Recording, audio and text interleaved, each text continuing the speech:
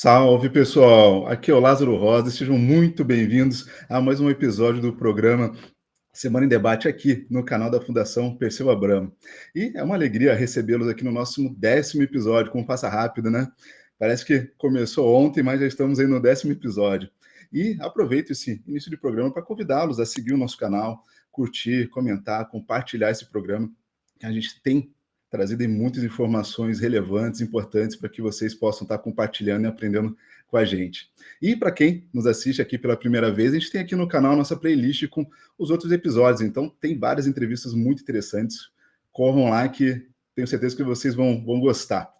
E vamos lá, hoje a gente tem aqui um convidado especial, que é o Pedro Silva Barros, pesquisador do IPEA desde 2019, membro do Conselho Curador aqui da Fundação Perseu Abramo, professor titular do Instituto Rio Branco e também ex-diretor da Unasal. Pedro, seja muito bem-vindo, muito obrigado aí por aceitar o nosso convite e seja muito bem-vindo. Esse espaço é todo seu. Muito obrigado, Lázaro. Para mim também é uma grande alegria participar do programa, mais um espaço de debate da Fundação Perseu Abramo, e conversar contigo e com o Breno sobre a COP30, né? Uma grande expectativa para a gente, agora o mundo todo com os olhos com a preocupação ambiental, mas é uma preocupação ambiental na Amazônia, né? E para o Brasil é muito importante receber a COP na Amazônia, receber o mundo na Amazônia para discutir o nosso futuro.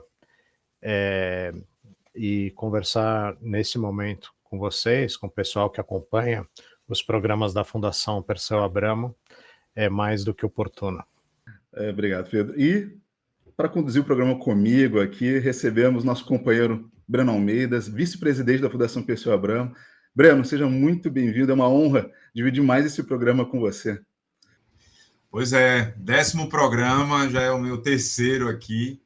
Fico muito contente com essa oportunidade da gente poder estar mais próximo da nossa militância, fazendo esse debate sobre temas ali no quente, sobretudo agora, né, a gente na semana da COP, a COP começou ontem, né, antes de ontem, aliás, hoje continuando os debates, então a gente está muito feliz com isso, né, e vamos que vamos. Bom, então vamos lá, pessoal, porque, né, como já foi adiantado, um assunto muito importante que tem atraído a atenção do mundo, do Brasil, que é a COP30, que começou oficialmente essa semana aqui em Belém do Pará, marcando a primeira vez, né, o Brasil como sede da Conferência do Clima da ONU. E esse evento, ele reúne aí mais de 190 países, tem centenas de líderes mundiais presentes, então é um evento que é considerado realmente decisivo para o nosso futuro climático. E o debate, né, que tem acontecido aqui nesse encontro é justamente o fim do desmatamento, né, a proteção climática das florestas, o direito dos povos, né, indígenas, financiamento climático e as metas de emissões, transições energéticas, que tem sido um desafio tanto, né, para a gente estar mobilizando todas as nações em cima desses pontos importantes. Eu vou começar perguntando aqui para o Pedro. Pedro, existe uma expectativa muito grande, principalmente da parte do Brasil, né, de que essa conferência seja realmente um marco. Ela está sendo realizada, vamos dizer assim, como o pessoal diz, no coração aqui do planeta. Quais seriam os motivos para tanto otimismo, Pedro? Mesmo com a ausência dos Estados Unidos, né, que os Estados Unidos, querendo ou não, é o maior poluidor do planeta. Sim, os Estados Unidos é o maior poluidor do planeta, é quem mais poluiu o planeta, né? É quem tem mais estoque de poluição acumulado e não vai estar. Outros países que poluem muito, como a China, vai estar. Né? A China é quem polui mais hoje, mas no acumulado é muito concentrado o estoque de emissões nos Estados Unidos e na Europa, no Atlântico Norte. E muitas vezes essas conferências, né, elas são feitas em grandes cidades, nos lugares mais desenvolvidos do mundo. Essa é a tradição do mundo diplomático. E, acertadamente, o Brasil vai realizar a COP na Amazônia. Isso ele coloca o centro da discussão onde há uma carência de infraestrutura enorme, onde há uma imensa desigualdade, problemas históricos que remontam à nossa colonização, que não foram superados ainda, e também é o espaço da solução, das oportunidades, do compromisso nosso com o futuro e a preservação do planeta. Então, colocar nesse momento de imensa crise do multilateralismo, né? A gente está vendo, semana passada, os Estados Unidos anunciaram com a República Dominicana o cancelamento, um adiamento para a data indefinida do que seria a Cúpula das Américas, porque ela seria um fracasso. Também na semana passada, o presidente Trump disse que a reunião que ele teria com o Putin foi adiada para a data também indefinida, porque seria um fracasso. Mas o Brasil ele consegue manter a COP, fazer a COP na Amazônia, mostrando para o mundo a realidade amazônica, porque uma coisa é discutir a floresta de um hotel em Dubai ou em Paris, né, locais que foram COPs anteriores, e tratar a floresta como algo abstrato, ou um santuário, ou uma ideia vaga de um local úmido e verde, que deve ser preservado. Mas a realidade é que lá existem, vivem, têm suas vidas, seu passado, suas tradições, sua cultura, milhões de brasileiros e sul-americanos, né? Porque a Amazônia também é sul-americana, temos 8 países amazônicos. E que existe materialidade nisso, são pessoas que têm seus sonhos, sua vida, seu direito a serviços, a infraestrutura, a energia, a comunicação, a transporte adequado, e o mundo vai ver essa realidade. Seria muito mais fácil, claro, fazer a COP numa das grandes cidades do mundo, num grande resort, num lugar que estaria todo mundo muito bem acomodado e desfrutando daquele espaço, do coquetel, daqueles salões diplomáticos. Mas não. É a COP, como o presidente diz, da verdade. Da verdade porque quem vai estar lá discutindo está no ambiente, né? Está pensando com a cabeça onde os pés caminham e, ao mesmo tempo, é um momento, uma oportunidade para se pensar o futuro. E o local do jogo faz toda a diferença. E a gente vai jogar em casa, então esse é um otimismo para a gente também, né? Poderia ser lá nos Alpes suíços, essa discussão lá em Davos, né, onde se reúnem ali os grandes banqueiros, enfim, e outras autoridades, artistas, para discutir no Fórum Econômico Mundial questões sobre o futuro também, mas ali é o futuro da concentração de uma pequena elite mundial. Agora a gente está chamando todos os países, nem todos vão vir, mas a imensa maioria veio e vai ficar em Belém até o dia 20, para debater num momento de crise em vários aspectos, ambiental, econômico, social, uma enorme desigualdade no mundo, nunca foi tão grande, mas na nossa cidade, na nossa Amazônia, no nosso país, que representa uma COP do Sul Global, uma COP da Amazônia, uma COP da América do Sul, da América Latina e Caribe. Então ela também é uma representação importante. Muito bem, então, como o presidente Lula disse, né, realmente não teria um lugar melhor para a gente estar discutindo essa COP30 e num momento, vamos dizer assim, bem importante, né, a gente tem tratado, né, essa COP realmente como bem promissor, né, como um divisor de águas. E Pedro, e com relação a todas essas metas, né, de redução de emissões e tudo mais, tem um desafio, acho que é o maior, porque para colocar tudo isso em prática, naturalmente a gente precisa de dinheiro, né? Então um dos maiores desafios é realmente captar esses recursos para estar enfrentando a crise e colocando esses projetos para andar. O Lula anunciou ontem que o Fundo de Florestas Tropicais para Sempre já arrecadou 5,5 bilhões, isso ele anunciou já no primeiro dia. Se não me engano, a União Europeia, Noruega, Indonésia, mais alguns outros países já contribuíram, né, com esse valor, aí juntando a somar esse valor. Vamos lá, assim, a questão é o seguinte, tudo bem, imagina esse desafio, mas é um projeto que realmente pode dar certo, porque, se não me engano, a meta acho que é 1 trilhão, né?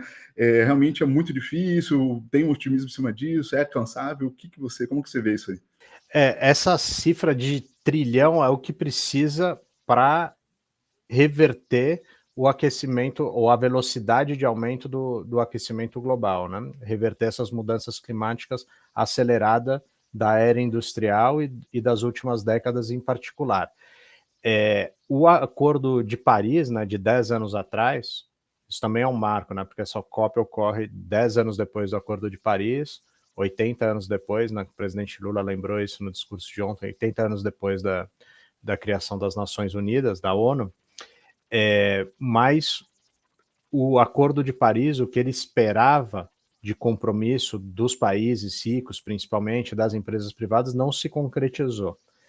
E o Brasil, né, ali honrando a nossa tradição de inovação, de protagonista na política externa, que é uma tradição que é muito reforçada nos governos do presidente Lula, né? A gente tem inovado muito na COP, inovado na participação, que é uma marca desse governo em particular, mais do que foi nos governos Lula 1, Lula 2, do governo da presidente Dilma. A gente, isso é bom lembrar também, a gente recebeu o G20 com um espaço de participação social que o G20 nunca tinha tido. Isso foi em 2024, no ano passado. No BRICS, que tem várias complexidades para a participação social, foi garantido um espaço de participação ampla durante a nossa presidência, pela primeira vez da história do BRICS, nossa presidência nesse ano de 2025. E a COP, ela foi precedida, e aí nasce também a ideia desse fundo, né, do Fundo das Florestas Tropicais para Sempre. Ele vem de 2023, quando foi realizada também em Belém a Cúpula da Amazônia. Foi a quarta Cúpula da Amazônia, a reunião de presidentes da Amazônia da história, mas foi a primeira que foi precedida de um Diálogos Amazônicos, que quando começou o governo, se esperava que íamos fazer os Diálogos Amazônicos, se esperava 1.000 pessoas. Semanas antes, a expectativa era 3.000 pessoas. Foram quase 30.000 pessoas presentes em Belém, lá no local que se organiza agora a COP, dos países amazônicos, mas principalmente do Brasil, movimentos sociais, professores, organizações não governamentais, sociedade civil organizada, discutindo os desafios da Amazônia. E um deles é o desafio das florestas tropicais. E o Brasil começou ali, pela primeira vez também, articulando com outros países que têm grandes florestas tropicais no mundo, né? Na África, por exemplo, o Congo, na Ásia, por exemplo, a Indonésia, e nessa que foram convidados para a Cúpula da Amazônia, junto com os 8 presidentes da Amazônia, e aí veio a criatividade, que era criar um fundo, e é uma inovação nesse aspecto, que os países todos são convocados a contribuir, claro, principalmente os países que mais poluíram, que têm um estoque maior de emissões, mas que têm também compromissos com o futuro da humanidade. Então, esses países são chamados a contribuir. O Brasil, como foi dito, foi o primeiro, né? A gente apresentou a ideia do fundo e um compromisso ali significativo de $1 bilhão. Outros países, como você comentou, já anunciaram esse compromisso de contribuição, e foi nessa semana vários outros vão se somar, mas aí é um fundo que ele vai juntar vai ter a garantia desses países, desses recursos dos países. Outros vão poder se somar, inclusive privados. A ideia é que as grandes empresas, principalmente, mas outros atores privados também, aportem recursos no fundo, e a remuneração desse fundo vai ser utilizada para compensações para países, para regiões, para locais que mantenham a floresta em pé, né? Então é uma compensação. Ali tem uma ideia de até $4 por hectare preservado. Em grandes áreas isso faz diferença. É uma iniciativa nova, talvez colocando ou dando concretude e mais resultados, né, do que aquelas metas bastante vagas do Acordo de Paris, né, que não foram efetivadas, e é aquela questão que eu acho que é uma das marcas também do Brasil, da política externa do presidente Lula em particular, que é não ter medo de apresentar os problemas, não querer esconder os problemas, mas também ter a proposta, né? Apresentar a proposta para o debate. Esse é o protagonismo brasileiro. É por isso que é importante fazer a COP aqui, porque se a COP não é aqui, essa proposta poderia ser apresentada pelo Brasil, mas não teria a mesma prática, a mesmo efeito. E se a COP não fosse na Amazônia, também não teria o efeito. E o fato da COP ser na Amazônia e trazer os principais líderes mundiais para discutir o futuro da humanidade na Amazônia vai ajudar no compromisso com os fundos, e que os fundos não seja só para o santuarismo, mas também para ajudar a garantir vida digna para as pessoas que mais ajudam a manter a floresta em pé. Né? Então vai ter todo um debate que se inicia. Isso é outra coisa que é importante destacar.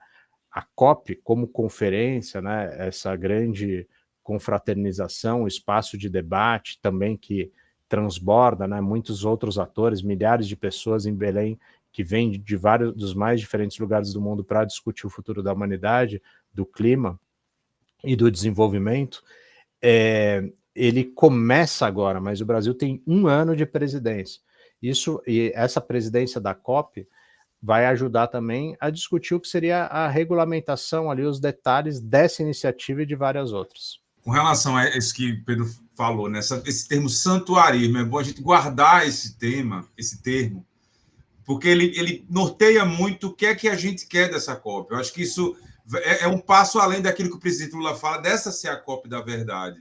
Né? A floresta, ainda que existam crenças espirituais de que ela seja um ser dinâmico espiritualmente falando, metafísico e tal, a floresta ela também é feita de pessoas. Temos povos originários que, ao longo dos tempos, foram se acompanhando o desenvolvimento da humanidade, então ocupam esse território com as ferramentas que o nosso tempo dá, ainda também que existam povos isolados na floresta, mas é isso, manter a floresta em pé a custo de quê? A custo do aprofundamento das misérias e das desigualdades que hoje caracterizam a região mais rica em biodiversidade do planeta, porque isso é algo que a gente precisa delinear muito bem, e isso é essencial para a construção política que nós precisamos levar adiante enquanto partido político, enquanto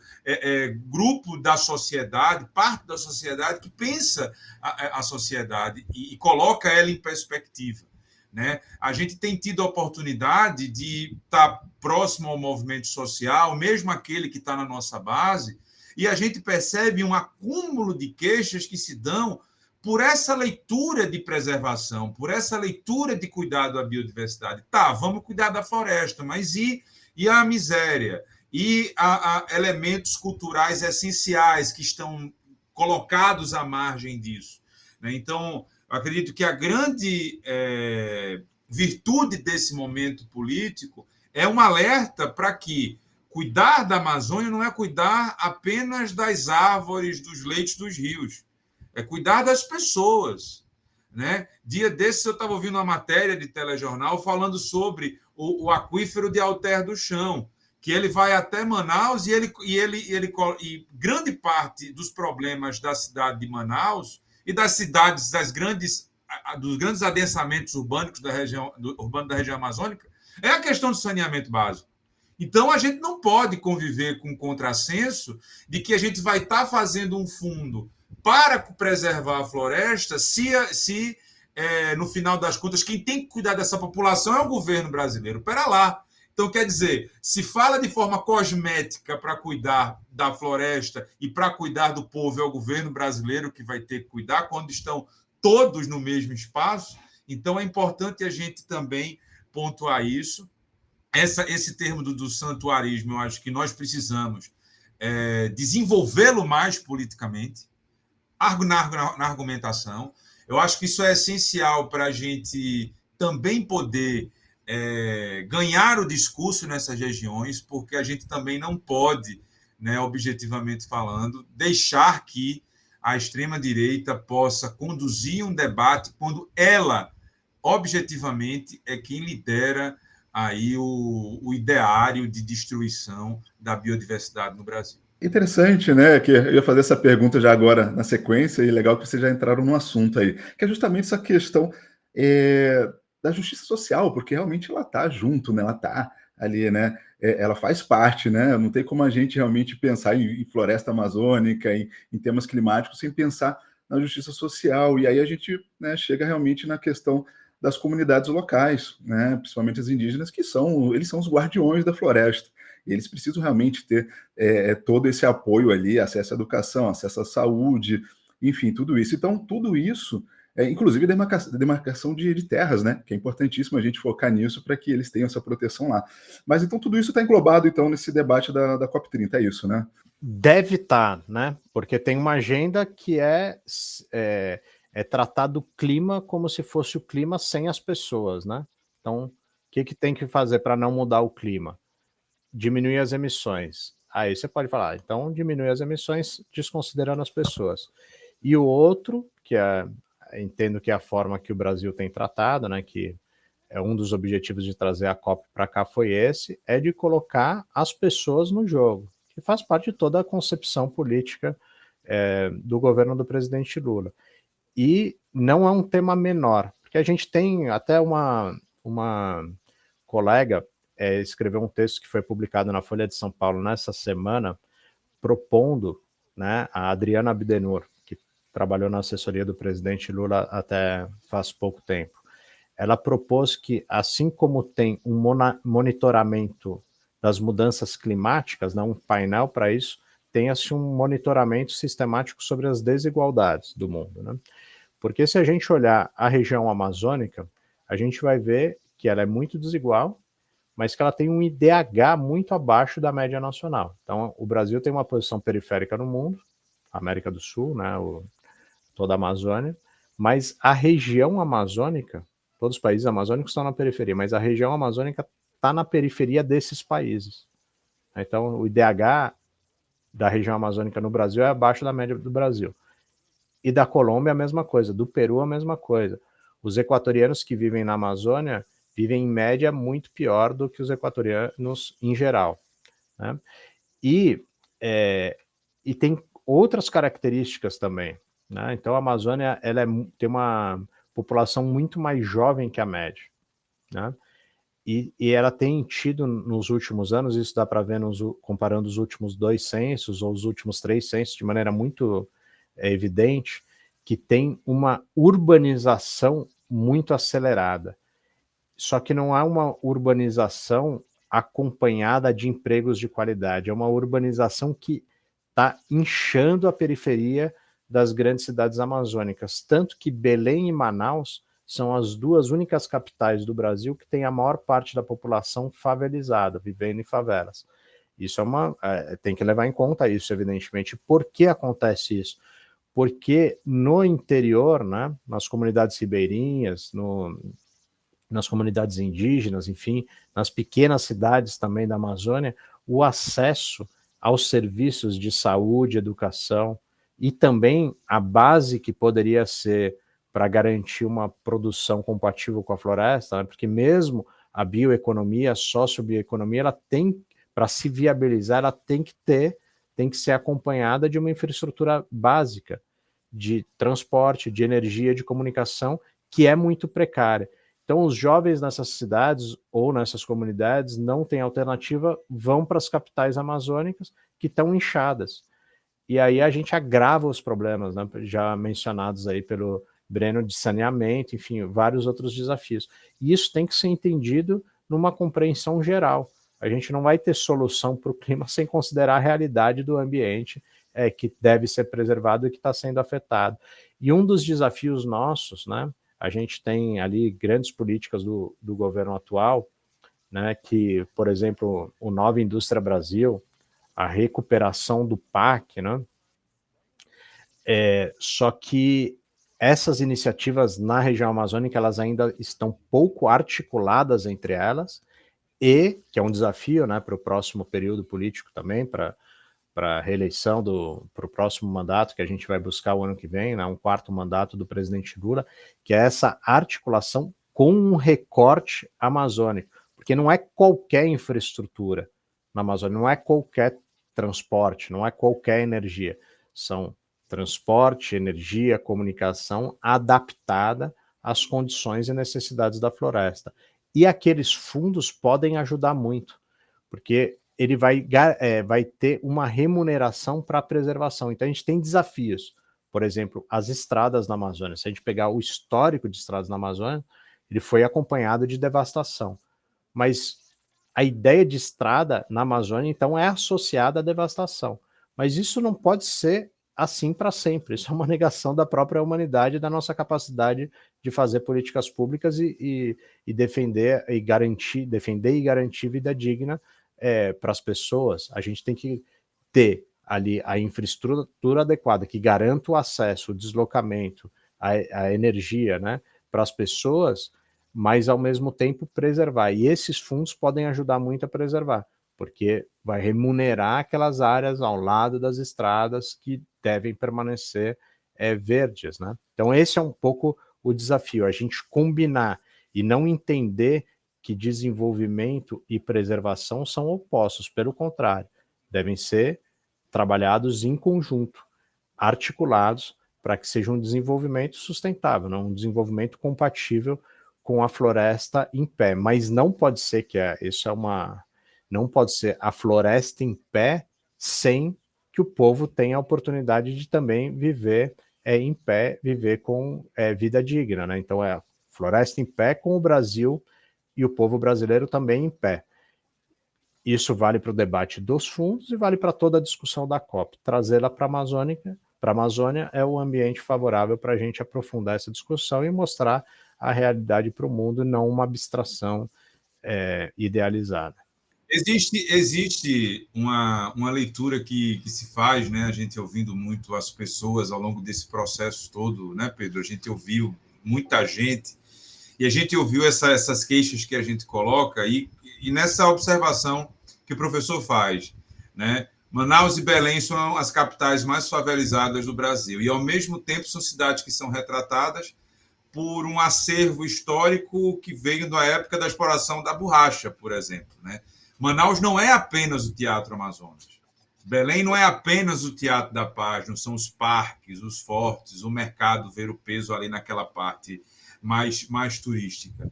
Existe uma necessidade imperiosa, digamos assim, de cuidar das pessoas que estão nessas regiões, porque isso a gente vai conseguir estimular uma capacidade de criação e desenvolvimento que ajuda até no processo de preservação, no que diz respeito à formação de conhecimento, à produção de conhecimento também, né? Existem, ao longo desse trabalho no nosso GT da Amazônia, um dos elementos que foram colocados é a importância do aumento da produção científica nesses locais.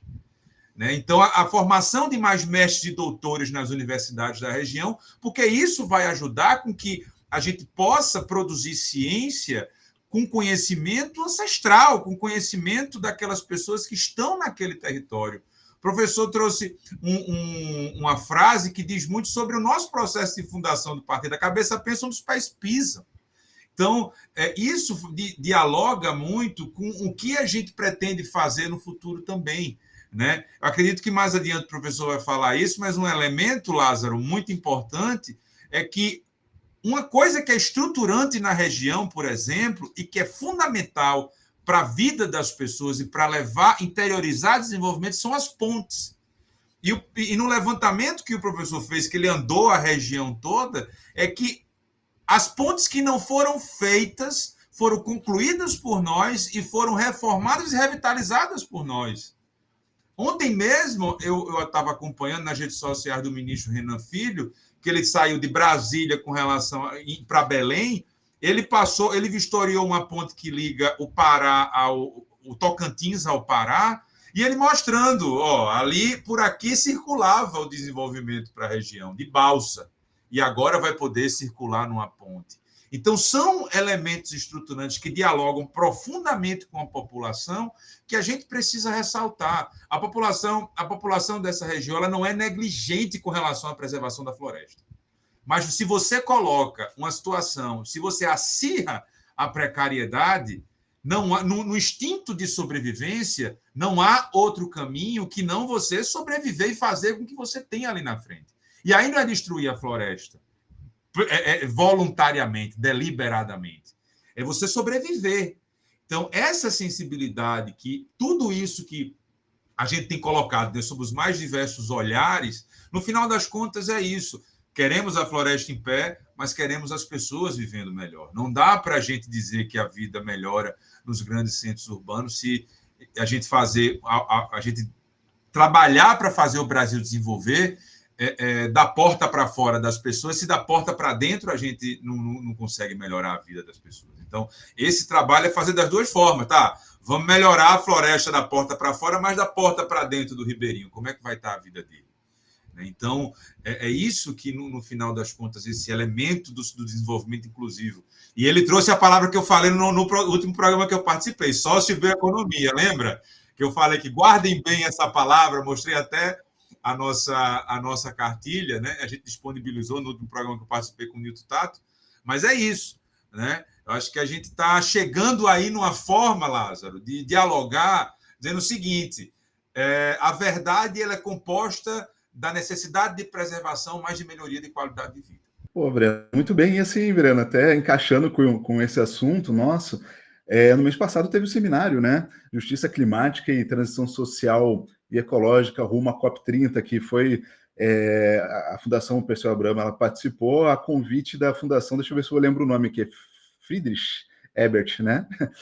Isso, ligado lá ao Partido Social Democrata Alemão. E foram várias atividades lá, né?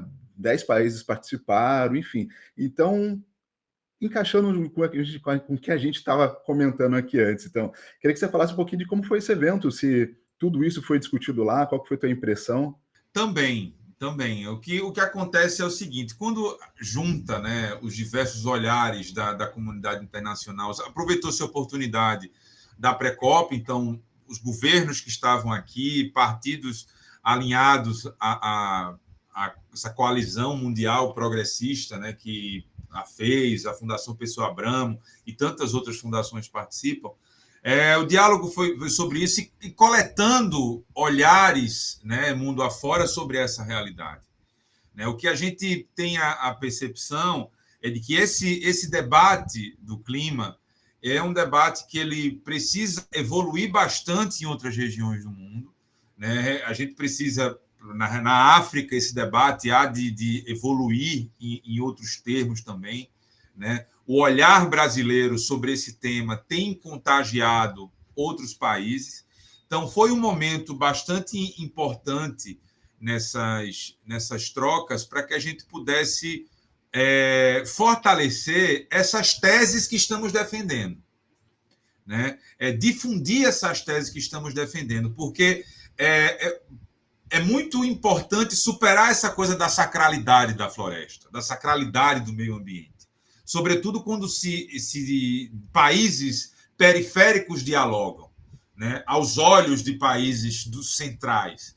Né? A FEIS ela é alemã, então levamos o nosso olhar brasileiro, países da África participaram, países da América Latina participaram. Então, é importante essa troca para que a gente possa fortalecer essa leitura mais sul-globalina, periférica, para que a gente possa também fazer com que a governança mundial, nessa perspectiva da multipolaridade, ela possa ganhar contornos mais humanos, menos burocráticos, mais centrados no desenvolvimento das pessoas, sem colidir, evidentemente, com a importância do desenvolvimento econômico. Mas não dá para a gente dissociar as duas coisas quando a gente fala no esforço que o Brasil lidera de maneira global de superação da pobreza. O Brasil lidera esse esforço. O presidente Lula faz profissão de fé disso. né? Então, o nosso objetivo é levar adiante isso nas nossas atividades. Com relação a esse seminário, para quem não acompanhou, a gente tem aqui, Breno, no nosso site, né? A gente tem ali a matéria. Vamos colocar o link aqui para o pessoal ler e entender como é que foi. Só vou dar uma paradinha rápida aqui, gente, só antes de seguir, para a gente pedir para o pessoal, né, que está acompanhando a gente, para seguir aqui a nossa página, curtir, comentar e compartilhar esse programa com todo mundo aí, que o nosso objetivo é esse, né? Tá levando o máximo de informações com qualidade para todo mundo. E dando sequência aí para o nosso debate, a gente vai comentar um pouquinho aqui sobre o discurso do presidente Lula, que foi um discurso bem interessante, está sendo muito elogiado, né, pela mídia internacional principalmente. Então ali ele abordou vários pontos importantes, né, chamando a atenção. Na verdade, o que me chamou a atenção foi quando ele falou que a gente fala de negacionismo, fake news, mas as pessoas, muita gente não sabe que tem muita desinformação com relação ao sistema climático, né? E o Lula comentou o seguinte, né, que forças extremistas fabricam verdades para obter ganhos eleitorais e aprisionar gerações futuras a um modelo ultrapassado que perpetua disparidades sociais, econômicas e degradação ambiental, né? Pedro, além dos desafios citados, né, no bloco anterior ali, que a gente comentou, e tem esse mal aí, que é o negacionismo, as fake news, que são potencializadas nas redes sociais. Claro que a gente sabe que tem aí por trás um interesse econômico, até mesmo ideológico mesmo, mas com relação à COP30, tem algum plano, alguma ideia para combater isso? Porque acho que é um desafio muito grande, não só combater a desinformação, mas também de estar levando informação para a população, porque já é difícil, né, a gente explicar, né, por quais os efeitos climáticos. A gente sabe que é um tema complexo, então é difícil a gente colocar isso como exemplo, né, isso aqui é ruim, e mostrar como que funciona, como isso afeta na realidade dele. Então, essas pautas estão sendo debatidas, né, na COP30? Sim, são fundamentais, e agora, durante a primeira vez, né, que o Brasil preside, né, nessa primeira COP na Amazônia, também foi a primeira vez que tem um enviado, né, que é o nome que se dá aos responsáveis, né, seria como se fossem os ministros ali do presidente da COP, tem um enviado especialmente para combater a desinformação em relação à COP, né, que é o nosso companheiro Fred Assis, que está trabalhando arduamente aí para ajudar a levar a informação adequada, a difundir a informação adequada e também responder ali imediatamente a enxurrada de desinformação que tem sobre clima e sobre a própria COP, né? O Fred, inclusive, aí, se for possível divulgar também, no último número aí da revista Focus, tem um artigo dele que ele destrincha também a importância desse trabalho, né? E aí divulgo também, o Breno já falou, mas vamos divulgar de novo aí a nossa cartilha sobre a COP30 e o desenvolvimento para a Amazônia, que são subsídios ao debate, né? Não é um programa definido ali, são temas importantes para o debate e que tem como objetivo também atualizar as nossas propostas para a Amazônia, que são fundamentais, porque se a gente ficar parado no tempo, só discutindo, deve ser preservado, devemos combater as mudanças, que são temas importantíssimos e urgentes, e mais importantes agora do que eram, não tem dúvida sobre isso, mas a gente não pode se limitar a isso, porque tem que dar resposta aos problemas que também se agravam, né, e as dificuldades que também se agravam na região. Então, se a gente olhar, isso no trabalho do GT a gente discutiu isso, e é um alerta importantíssimo, se a gente olhar as cidades da Amazônia que mais exportam, as que estão mais conectadas com o estrangeiro, né, com o mercado global, nessas cidades a extrema-direita tem ganhado voto exponencialmente, né? Então, se a gente pegar as cidades líderes da devastação, também são as cidades que a extrema-direita mais tem voto. Mas não basta a gente ficar no discurso, não tem que ter devastação. Devemos reprimir a devastação. Isso é importantíssimo e tem sido feito, tanto é que é um grande alento que a velocidade da devastação está diminuindo, a velocidade do desmatamento está diminuindo, isso é um grande mérito do governo do presidente Lula. Mas os fundos mesmo, né, o Fundo Clima, o Fundo Amazônia, eles são importantes para financiar também o combate à devastação, a equipar o IBAMA e as outras instituições de Estado, a apoiar o monitoramento. Mas a gente não pode ficar só nesse caminho. Não basta isso. Porque as pessoas ali, elas querem acesso à saúde, acesso à educação, à infraestrutura, a possibilidade de desenvolver os produtos compatíveis com a floresta. E é essa agenda que a gente tem que atualizar para enfrentar, especialmente nessas cidades, que são as cidades chaves para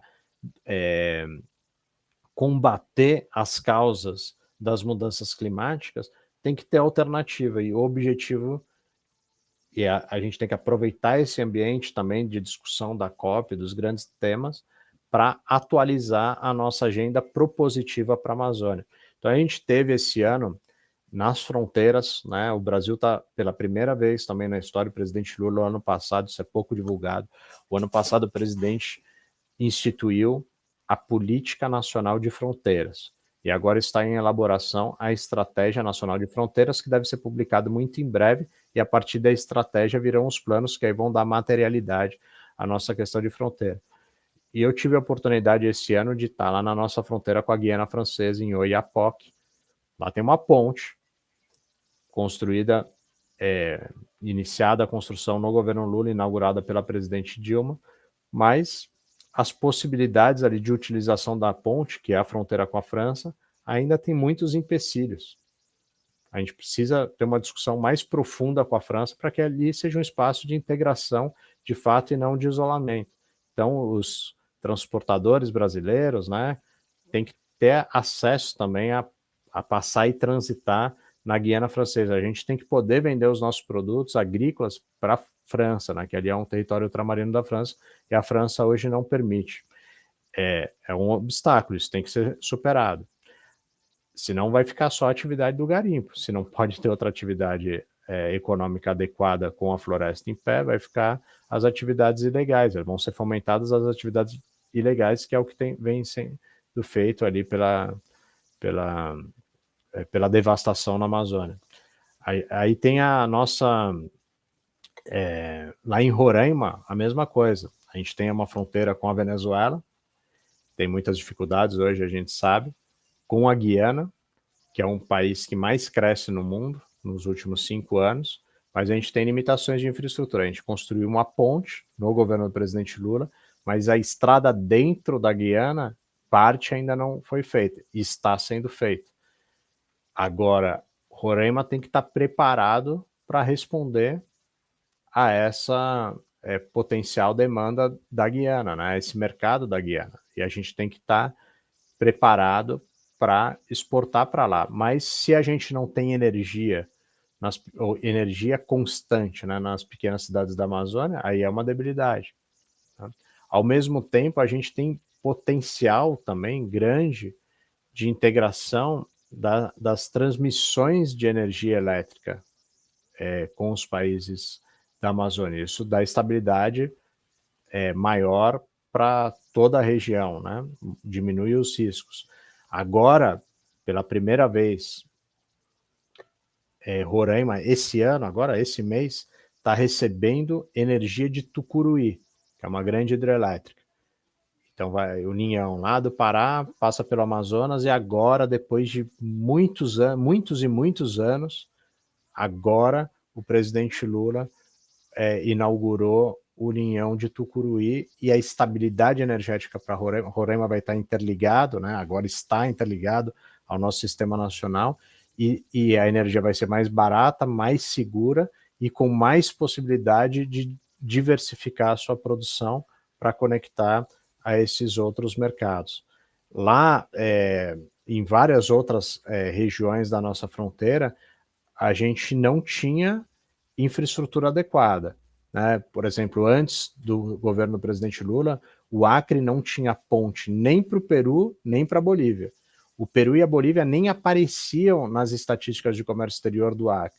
Hoje, Peru e Bolívia estão ali entre os principais países que o Acre exporta. O Acre ainda exporta muito pouco, mas a infraestrutura está garantida e tem aumentado a exportação. Agora veja que interessante, que é Rondônia. Rondônia tem 1.400 quilômetros de fronteira com a Bolívia, toda ela por rio. Até hoje não tem nenhuma ponte. Aí o ministro Renan Filho teve com o presidente Lula recentemente em Guajará-Mirim, quando foi homologada a licitação para a construção da ponte, que é um compromisso nosso histórico, entre Guajará-Mirim e Guaiará-Mirim, né? Que é a cidade da Bolívia, que vai ser também um caminho alternativo para as exportações de Rondônia chegarem mais adequadamente à Bolívia e também ao Peru, ao Chile e aos portos do Pacífico todo. Para essa região é muito importante. Rondônia exporta mais de 2 bilhões de dólares. Menos de 2 milhões, ou seja, 1/1000 só, para a Bolívia, que é esse vizinho com esse... Só que a gente sempre teve, por várias condições ali, Rondônia esteve de costa para a Bolívia. E vai ser importante também essa ponte, a integração para a própria estabilidade da Bolívia, que passa por um momento muito difícil. E por que eu estou dizendo isso tudo da fronteira? Porque a integração é também um instrumento de dissuasão. Dissuasão do quê? De repelir, de desestimular ações e ingerências extra-regionais nos países da América do Sul, em especial nos países amazônicos. A gente está sob ameaça. O presidente Trump tem movimentado ali os seus grandes navios militares, assediado os países a Colômbia, a Venezuela, o Caribe de maneira geral, o Panamá, né? Ataques à soberania do Panamá sistemáticos, retóricos, mas isso é muito perto ali de se converter em ações concretas. Na verdade, nos ataques às embarcações que supostamente estariam levando drogas, que a gente não sabe, né? Porque, enfim, mas foram atacados, são ataques unilaterais, sem processo, e a forma de desestimular é justamente integrar a Amazônia.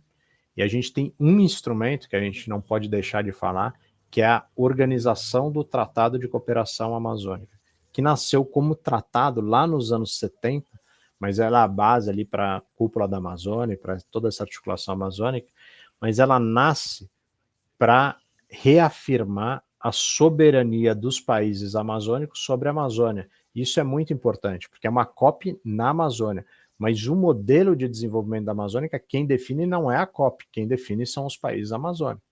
É claro que a gente deve assumir responsabilidades compartilhadas, por exemplo, em relação ao financiamento, especialmente para que os países que mais poluíram, que mais emitiram CO2,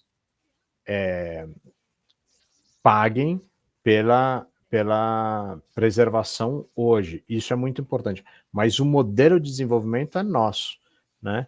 E uma das propostas, né, que ganharam força a partir da Cúpula da Amazônia de 2003 é que a OTCA seja um espaço de cooperação, que deve continuar sendo, mas também um espaço de integração. E isso ajudará a essa dissuasão e para manter, que esse é o objetivo vital da América do Sul hoje e da Amazônia, manter a Amazônia e a América do Sul como uma zona de paz. No mundo com mais extremismo, no mundo com mais tensão entre grandes potências extra-regionais que têm interesses na região, sobretudo em relação aos nossos recursos naturais e a Amazônia de maneira geral.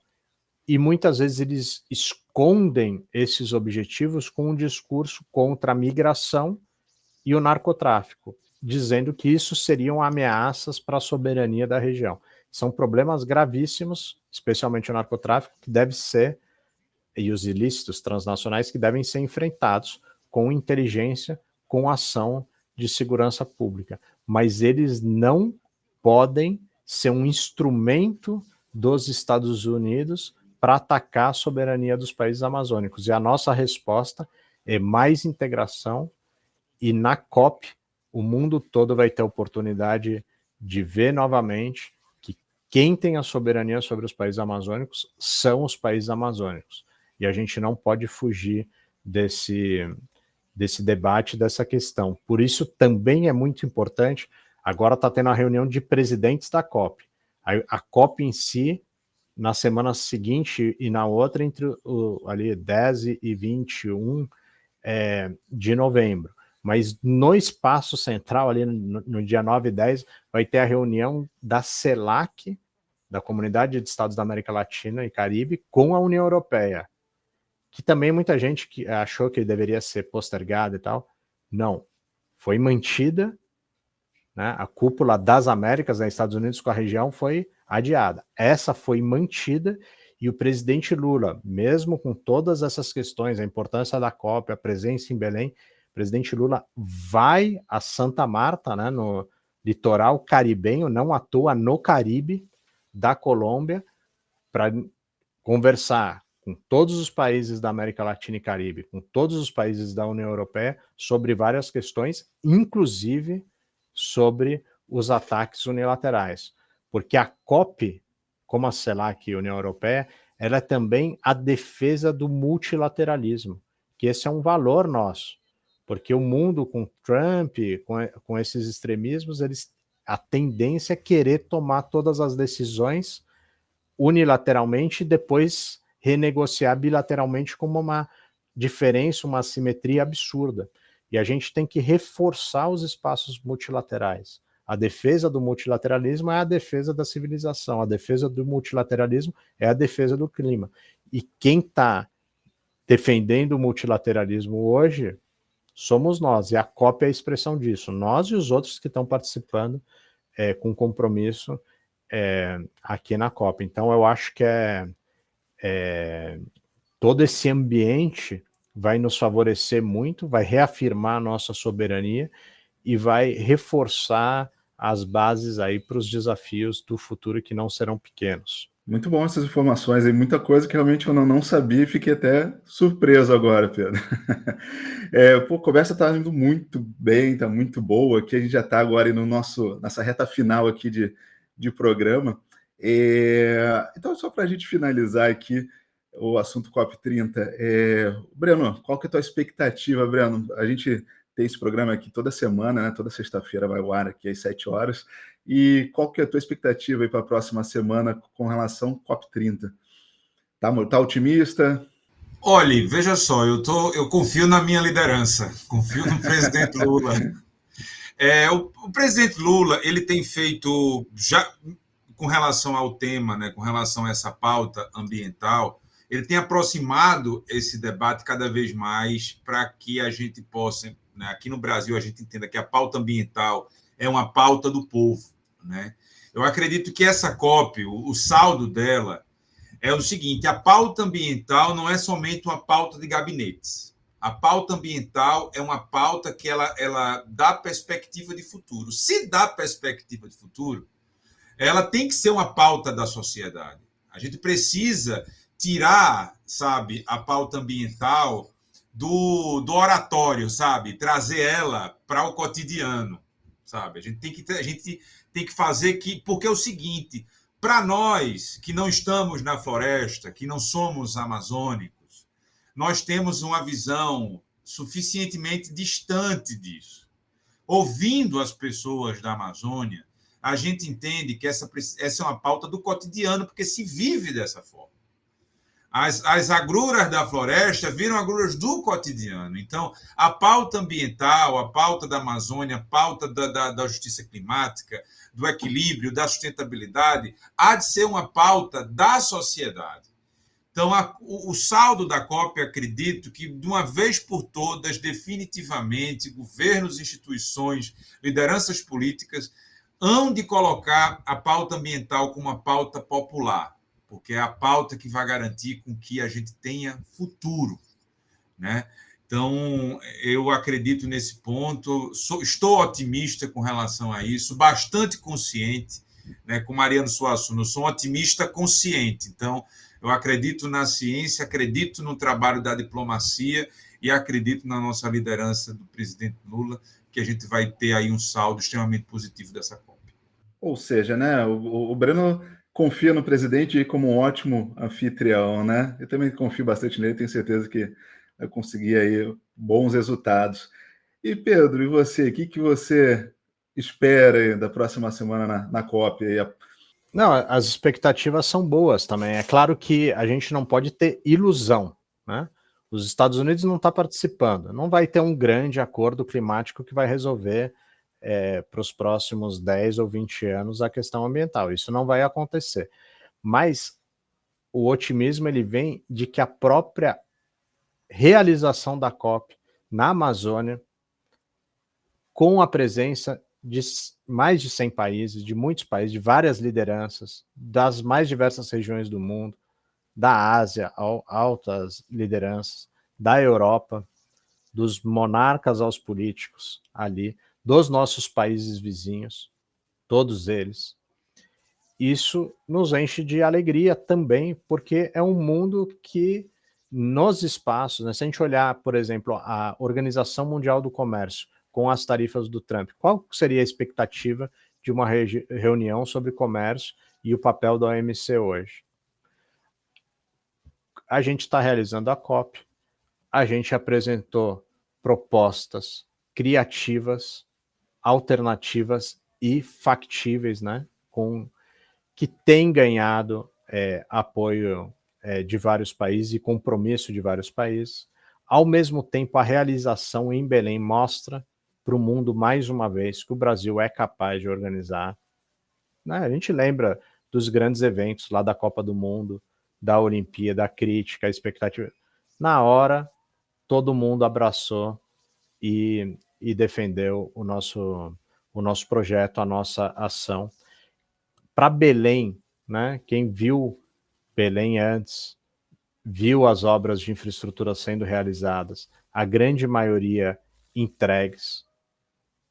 Para Belém vai ficar um grande legado, que não é um legado importante. As obras de saneamento, a maior parte das obras ali não são visíveis, né? Mas vão mudar a vida de muitas das pessoas, não vão resolver todos os problemas de Belém que a gente já comentou, das capitais mais favelizadas e com mais déficit de infraestrutura, de saneamento, de acesso a boa parte dos serviços do Brasil. Mas a melhora na cidade é brutal, é enorme, e a população vai se contagiando desse otimismo e dessa expectativa favorável também, porque vê os resultados serem entregues, vê o movimento na cidade. Muita gente dizia que a cidade não teria condição de receber, que deveria dividir a COP em outra cidade ou tirar da Amazônia.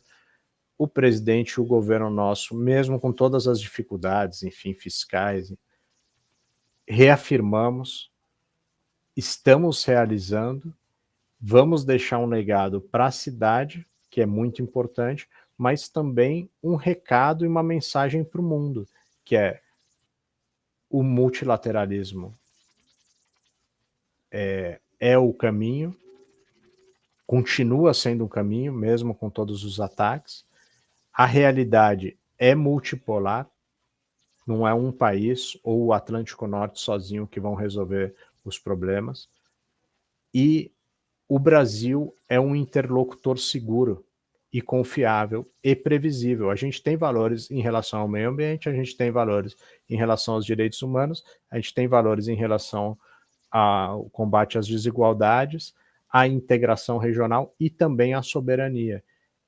Esse recado de realizar a COP aqui é também um recado para os Estados Unidos e para o tarifaço, que é o Brasil não está sozinho, o Brasil, embora seja muito menor que os Estados Unidos, é capaz de garantir e colocar e dar materialidade aos seus valores, do multilateralismo, o que está na nossa Constituição, solução pacífica de controvérsias, não intervenção, que é o que deve estar na nossa cabeça e na nossa ação também em relação à ofensiva dos Estados Unidos militar no Caribe e comercial por meio do tarifácio. Então isso nos ajuda também, nos coloca ali para a abertura, né, desse ano de 2026 numa posição bem melhor do que estávamos no início de 2025. E é um recado também para os atores internos que jogam contra o Brasil e que vão buscar